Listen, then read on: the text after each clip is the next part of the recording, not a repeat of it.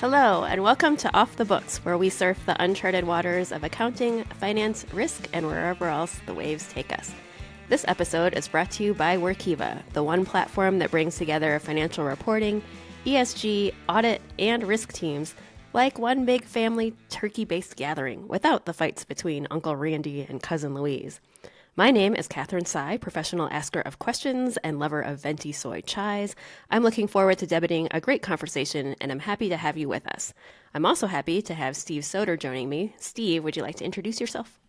Of course I would. Hello everyone, I'm an accounting enthusiast and Diet Coke aficionado, also very excited for today's episode. And as part of our Amplify recorded series from this fall, we sat down with many of Workiva's industry principals to get the pulse of what's going on. That's right. And in today's episode, producer Mike Gravano sits down with Arthy Kumar, who focuses on investments and financial services. Mike had the opportunity to ask Arthy about SEC private fund regulation, the difference between private and public funds, naming fund regulations, and a whole lot more. Basically a lot of regulations, and Arthy is perfectly suited to go through it. So let's check out their chat. Arthy, thank you so much for joining me today. It's my honor. It feels great. Welcome. This is your first time. You're one of Workiva's industry principals, but I believe this is your first time on Off the Books. Is that correct? That is correct. So we're so happy to include you. Can you tell me a little bit about the SEC private fund regulation and why that's a big deal? It's a big deal because it's probably one of the first time that the private funds industry has gone through such a sweeping regulation. Okay. So over the last couple of years, trillions of dollars have flown into that industry. And it's growing, but not really fully regulated. But I think some of the key ones are really the fact that quarterly statements have to be done now and in a prescribed manner to make sure expenses and really making sure the investors have all the information. So it's more of transparency for investors. Sure. And then, annual statements have to be audited. So, it was quite the sweeping regulation. When that kind of sweeping regulation comes in, are people... And so it kind of switches from the wild, wild west to getting regulated. Are some people like, yes, this is what we needed, but do people rankle at it? Are people like, don't tell me what to do. We've been fine without your regulations. This particular one for private funds has gone through a lot of not so happy people. Yeah. People still contesting. People still, there's still questions out there saying, will there be more changes? Because people are not going to say, they're saying it's going to be more costly to get, audit, to get this done. Is it needed? There's still a lot. So there was a little bit of softening from the SEC on the rules, but it still went through. How often does that happen where the SEC softens? Like they announce we're going to do this, and then people freak out, and then they're like, all right, chill. Yeah, not very often. So this one definitely went through a lot of a lot of people who were just like, no, you shouldn't do it. But they still did, and it is for the investor protection. Right. So, and a lot of the large companies already do that. It's just not in a prescribed manner, but there's a lot of companies that don't, and there's no timing, and there's no actual requirement on how to do it. So, and I have to imagine for the investors, if a company is doing it in the prescribed manner, like that makes them feel safer. Like even if it wasn't prescribed and somebody was doing it like by the book, very clean, very transparent, that's a company you want to invest in at that point, right? Right.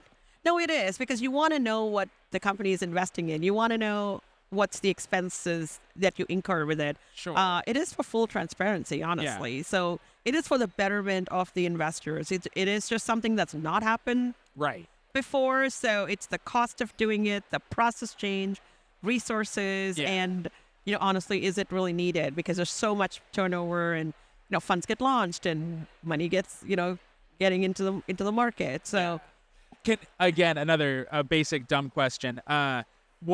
What is a private fund? Like, what does it do? What is this? So it is, private funds they're not fully registered with the SEC and offered to, the public. It's mostly offered to private investors. Okay. And so they don't have some of the filing requirements, but they still have to produce like financial statements and distribute it to investors. So when it's a fully registered public fund, everything is out there. You can go find it. Investors have their documents, their prospectus, all of that. Yeah. Private fund doesn't have that. So again, it is to say, what is it about before they can actually invest the money? Sure. No, that makes sense. Yeah. we have like breaking news as of before we started recording. You said like an hour ago. Can you tell me about the SEC approved of naming ESG funds? Well, it's actually naming of any funds. Of any funds. Any okay. I funds. thought it was ESG funds. Okay. No, so I mean, of course, ESG is in the spotlight a lot, but this is really for any funds, any mutual funds, and the name should not be misleading.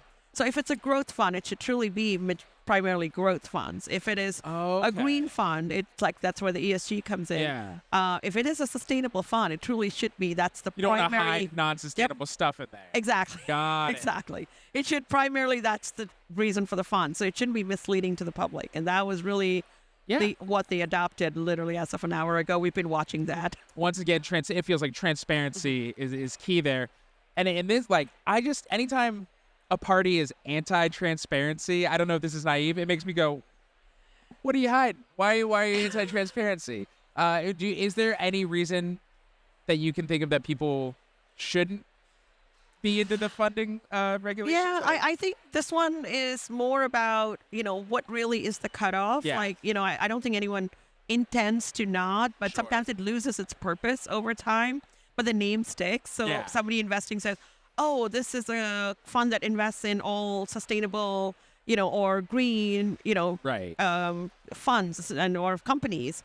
And maybe that's not the case and it's gone off over time. So it's more to like really have rules and guidelines. Yeah. Like, again, it's only as of an hour ago, but we'll see more guidance come through. But I think it's almost like, 90% or, a very high number of the companies should be matching what the name is. So it's more to put that guidelines there. Yeah. Let's take a quick commercial break. Are you relying on desktop tools and shared drives? Stuck in a vicious, never-ending cycle of back-and-forth emails? Wish you had more time to proactively manage risk? Stop wasting valuable time corralling colleagues and updating status reports and start spending more time on what matters with Workiva. Create alignment across key stakeholders, yes, all of them, with centralized collaboration.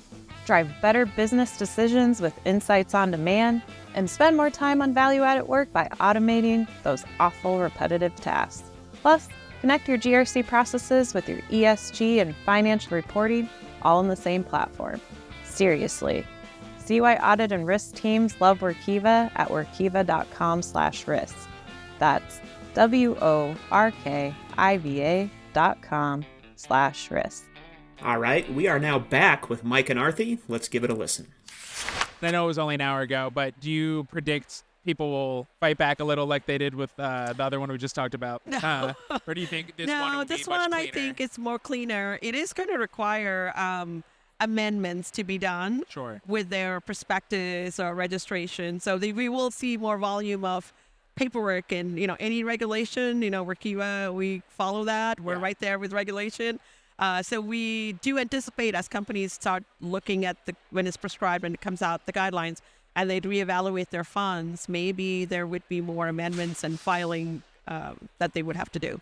And with these big SEC decisions, is there anything looking forward to 2024? Are there any others where we should keep our eye out for that's coming? Yeah, so there have been several in these last few months. It's almost like they're going down saying, what's pending? What's a proposal? Let's go get a meeting together and vote on it. So there is something called tailored shareholder reports that it's something we are already working on. We know that's already passed through. So they are going to have to produce individual shareholder reports for all the mutual funds and ETFs. Oh, okay. So that's already in the works. We definitely had some other XBRL requirements that have come through. Yeah. So there's definitely a space where we're seeing regulations come almost monthly at this point. It feels I'm new to this space. I'm new to this world, but it does feel quicker than it used to be. Is that an accurate assessment? Yeah. Okay. It's not only been quicker to go from proposal to final ruling. I also feel like the timeline to comply has gotten way short. It used to be like, in 3 years. Now it's like in 12 months. Yeah. So it's pretty quick. It's happening. Which I guess I get why there would be pushback. It's like to do a giant overhaul in 12 months is a little wild. Yeah. Yeah. I mean, but I think they're giving very less time because, again, we used to have a couple of years. Yeah. Now anything that comes in, even things that are changing to the type of filing, like form, XML type of filing or XBRL requirement on the funds or supplemental, lots of little like smaller reports. So again, investors can read it easily and not the 500-page report, get these 2-pagers. A lot of that is just happening, and they're giving them 12 months and saying, okay, do it. So again, if you do not have the systems that can go with it, you kind of read my mind. I was going to say, what advice do you have for organizations or folks who need to start getting ready for it? Yeah. Well, a lot of them, the organizations, from what we went to talk to the customers here at Amplify, they're not adding headcount or people. So the same, a team has to do more and more reports, right? Like at TSR, they're like, oh, it's 1,200 more we have to do. And it's like, okay, so do you have the type of system that can do it? Which is where I think the Workiva platform, with its capabilities of, linking all the data points, duplicating documents, keeping the, locking in things like style guides, and all of those functionality and the review process is going to be a game changer. It sounds like the two ways you could go is either increase headcount to get this stuff done, or get tech that'll help you get it done easier. You can, but I think the pressure is also with investments and funds is the more you increase your costs, it's going to eat into your returns, which will going to go into your investors. Yeah. So you really don't want to do that. You want to be efficient so that you keep the cost control and increase the returns, because if not, you're going to be questioned again. Totally. Goes back to saying, why do you need to disclose expenses now? So it all kind of ties back. Yeah, it's all getting... Yeah, at the end of the day, that's where automation comes in. That's where efficiency comes in. Yeah. It's becoming more and more critical, because you can't just go spend the money. Then you got to account on it. Oh, that makes sense. Thank you so much for spending part of your lunch hour, honestly. Absolutely. I have one more question before I let you go. We always do a closing question here on the books. Right before we started recording, somebody told me that in your free time, you're also a travel agent. And we are currently in Nashville, Tennessee, one of my favorite cities to visit. So if you could have your favorite city for a conference, what city would that be and why? Does it have to be in the U.S.? No, anywhere. Yeah. I would say Paris or Milan. And why?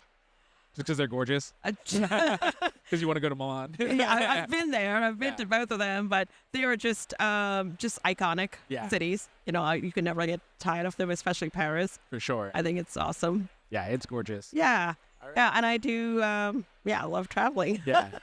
Do you have any upcoming travel plans you're excited about? Haven't made them yet. I just came back from Egypt. Oh, wow. And Turkey. Haven't started planning for the next couple of months, but we'll definitely do it. Awesome. Thank you again. All right, no problem. Big thanks again to producer Mike and to Arthy Kumar. And thank you, dear listener, for surfing along with us. I'm Steve Soder, that was Catherine Tsai, and this has been Off the Books presented by Workiva.